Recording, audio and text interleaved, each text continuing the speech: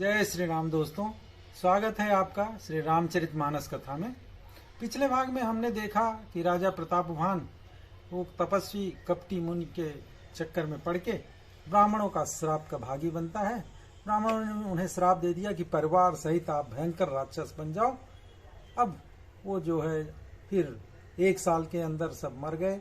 वो तपस्वी जो कपटी मुनि था अपना राज ले लिया, सारे राजा अपना अपना राज ले लिए और वो मृत हो गया राजा प्रतापवान।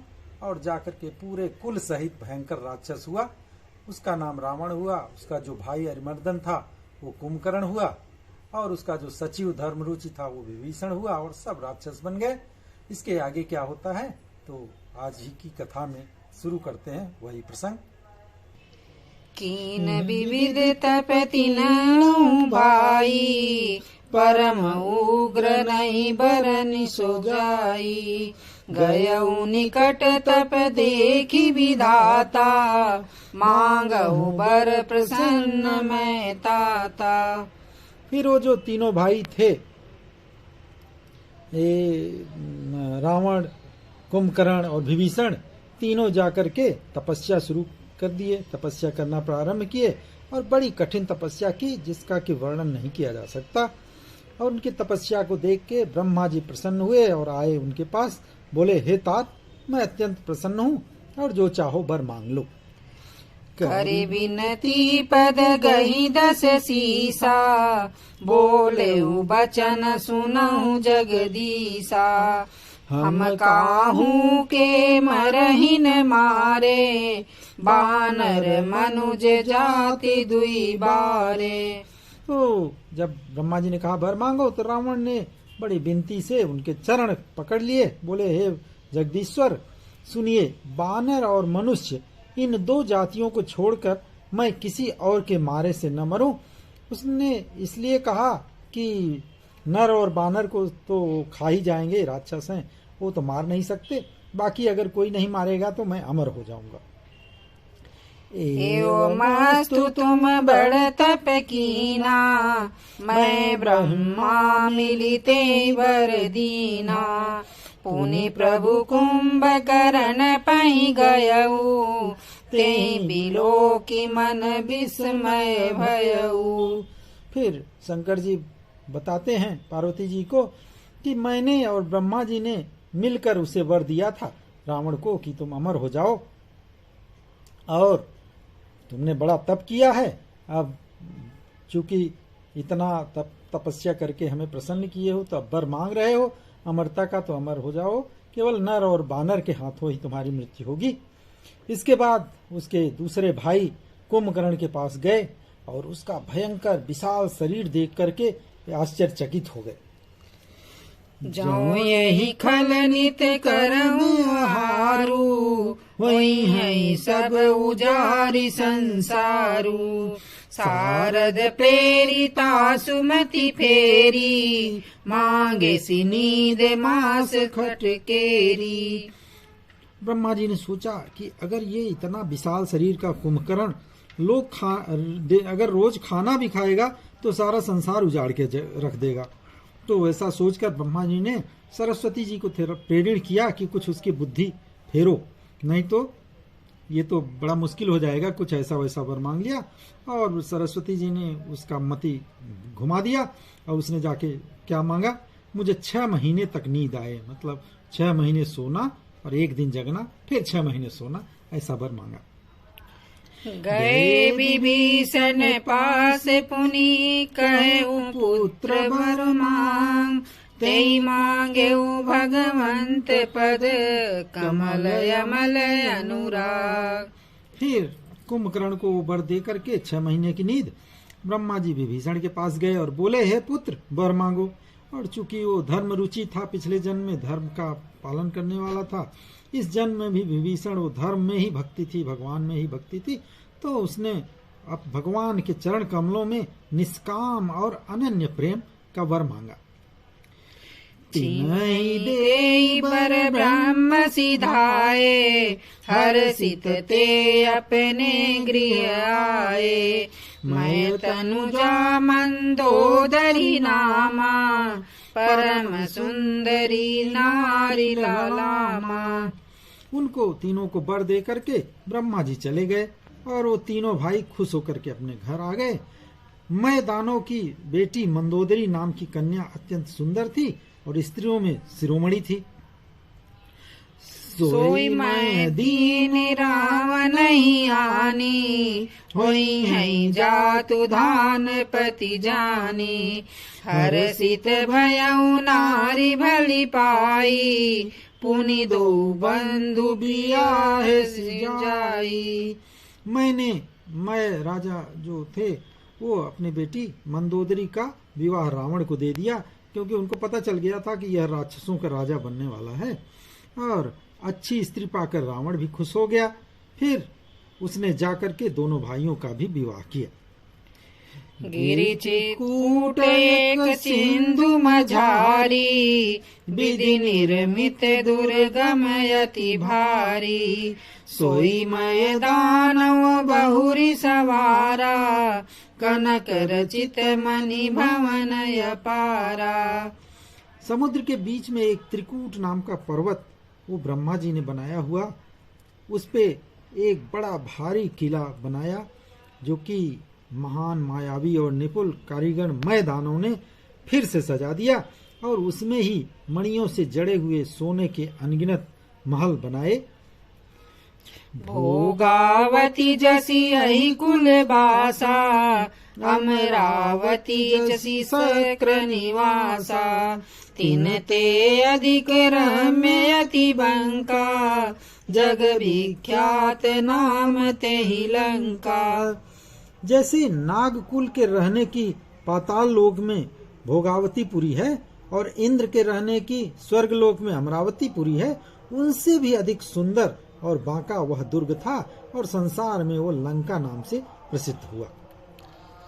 खाई सिंधु गंभीर अति, चरियु दिशि फिरिया।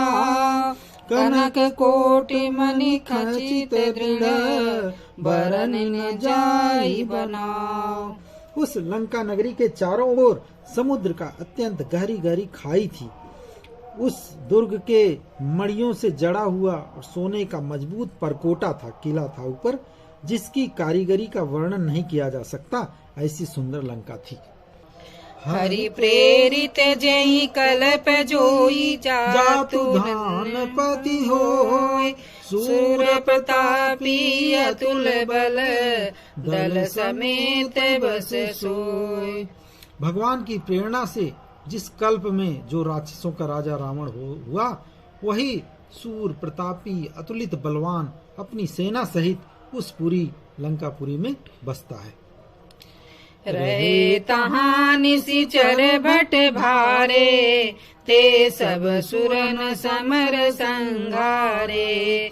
अब तम सक्र के प्रेरे, रक्षक कोटि जक्षपति केरे। पहले वहाँ बड़े बड़े योद्धा राक्षस रहते थे, देवताओं ने उन सब को युद्ध में मार दिया था। अब इंद्र की प्रेरणा से वहाँ कुबेर के 1 करोड़ रक्षक, जो रक्षक होते हैं कुबेर के, उनको यक्ष बोलते हैं, तो यक्ष लोग वहाँ पे रहते हैं। 10 मुख कतहु खबरिया सिपाही, सेन साज गढ़ घेर सिजाई। देखी बिकट भट बड़ी कटकाई, जक्ष जीव लय गए पराई। रावण को खबर मिल गया कि एक त्रिकूट पर्वत है जो ब्रह्मा जी ने बनाया है और वहाँ पे यक्ष लोग रहते हैं। पहले राक्षस रहते थे, उनको जीत करके अभी इंद्र अपनी प्रेरणा से वहाँ कुबेर वहाँ अपना यक्ष लोगों को बसा रखा है। बस इतना सुनते ही उसने अपनी सेना सजाई और जाके घेर लिया किले को, और बड़े विकट योद्धा और उसकी बड़ी सेना को देख करके यक्ष अपना प्राण लेके भाग खड़े हुए। फिर सब नगर दसानन देखा, गयउ सोच सुख भयउ विसेखा। सुंदर सहज गमय अनुमानी, कीनी तहाँ रावण रजधानी। तब रावण जब वहां से यक्ष सब भाग खड़े हुए तो रावण ने घूम फिर करके पूरा नगर देखा और उसकी चिंता मिट गई कि ये तो बड़ा अच्छा है, बड़ा सुरम्य है और बहुत सुरक्षित भी है, और बड़ा खुश हुआ रावण। और उसी पुरी को स्वाभाविक और सुंदर, जो एकदम दुर्गम ऐसा समझ करके रावण ने अपनी राजधानी बना ली। जेहि जस जोग बाटी गृह दीने, सुखी सकल रजनी चर कीने। एक बार कुबेर पर धावा, पुष्पक जान जीत ले आवा। फिर योग्यता के हिसाब से घरों को बांट दिया, जिसको जैसा घर चाहिए था, जो जिस अच्छे पद पे था उसके हिसाब से सबको घर और दे दिया, और रावण सब राक्षसों को खुश कर दिया। फिर इसके बाद एक बार कुबेर पे जाके चढ़ाई कर दिया और उससे उसका पुष्पक विमान जीत करके छीन करके ले आया। कौतुक कहीं कैलाश पुनि, लीन से जाई उठाए। मनहु तौल निज बाहुबल, चला बहुत सुख पाए। फिर ऐसे ही एक बार खेल खेल में ही जाके कैलाश पर्वत को उठा लिया, और फिर अपनी भुजाओं के बल को देख करके कि अरे वाह, मेरे पास इतनी ताकत है, मैंने कैलाश पर्वत उठा लिया। वो बड़ा खुश हुआ और फिर वहां से चला आया।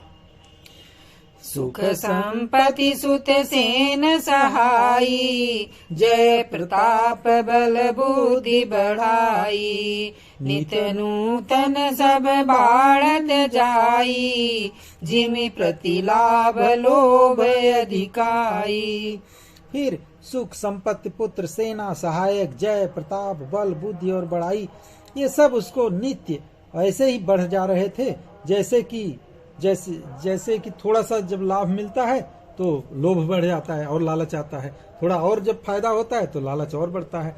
तो जैसे लालच बढ़ता जाता है थोड़ा थोड़ा मिलने पर, वैसे ही राजा के रावण की सेना में सुख संपत्ति पुत्र सेना सब इसी तरह से बढ़ती जा रही थी नित्य प्रतिदिन।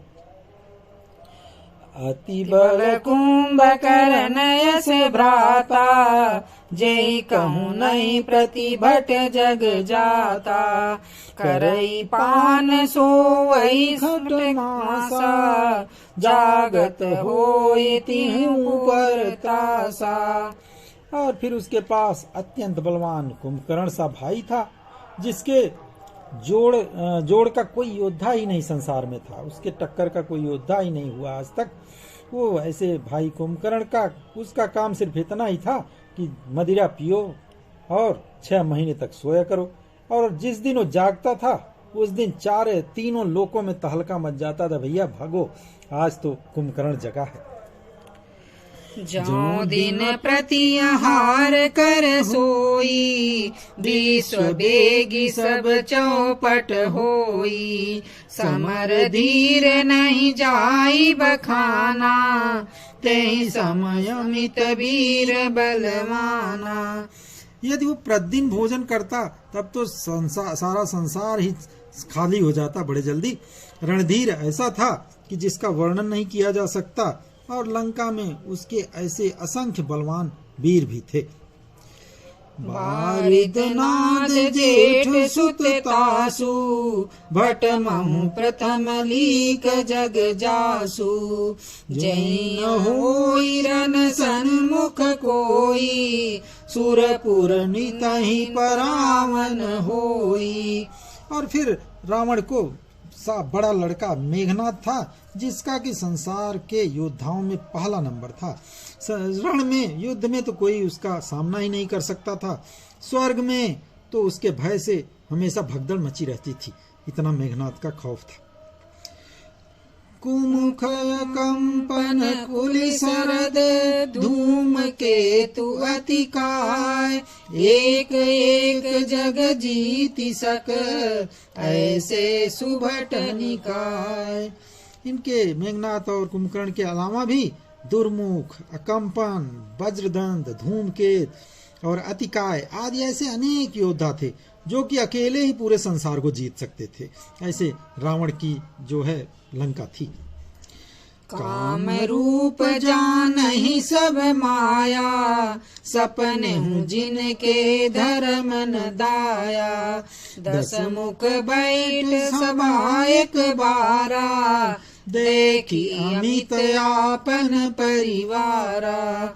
सभी राक्षस मनमाना रूप बना सकते थे, मायावी होते हैं राक्षस, कोई भी रूप वो बना लेते थे और माया तरह तरह की माया भी जानते थे। उनके दया धर्म स्वप्न में भी नहीं था। वो एक बार उनको जो मन में आता था वही करते थे, जो भी अत्याचार करना होता था वही करते थे। एक बार सभा में रावण बैठा और अपने इतने अनगिनत परिवार को देखा जो कि वीरों से भरी हुई थी। सुत समूह जन परिजन नाती, गनई को पार निशाचर जाति। सेन बिलो की सहज अभिमानी, बोला बचन क्रोध मदसानी। उसके रावण के पुत्र पौत्र कुटुंबी और सेवक ढेर सारे थे और सारी राक्षसों की जातियों का तो गिन ही नहीं सकते थे कि कितनी जातियां थीं। अपनी सेना को देख करके स्वभाव से ही अभिमानी रावण क्रोध और घमंड से सनी हुई वाणी में बोला, सुनहु सकल रजनी चर जूथा, हमरे बैरी विपुल बरोथा। ते सन्मुख नहीं करही लड़ाई, देखी सबल रिपु जाहि पराई। रावण बड़े घमंड से बोला, हे समस्त राक्षसों के दलों, सुनो, देवतागण हमारे शत्रु हैं और वे सामने आकर तो युद्ध नहीं करते और बलवान शत्रु को देख के भाग जाते हैं।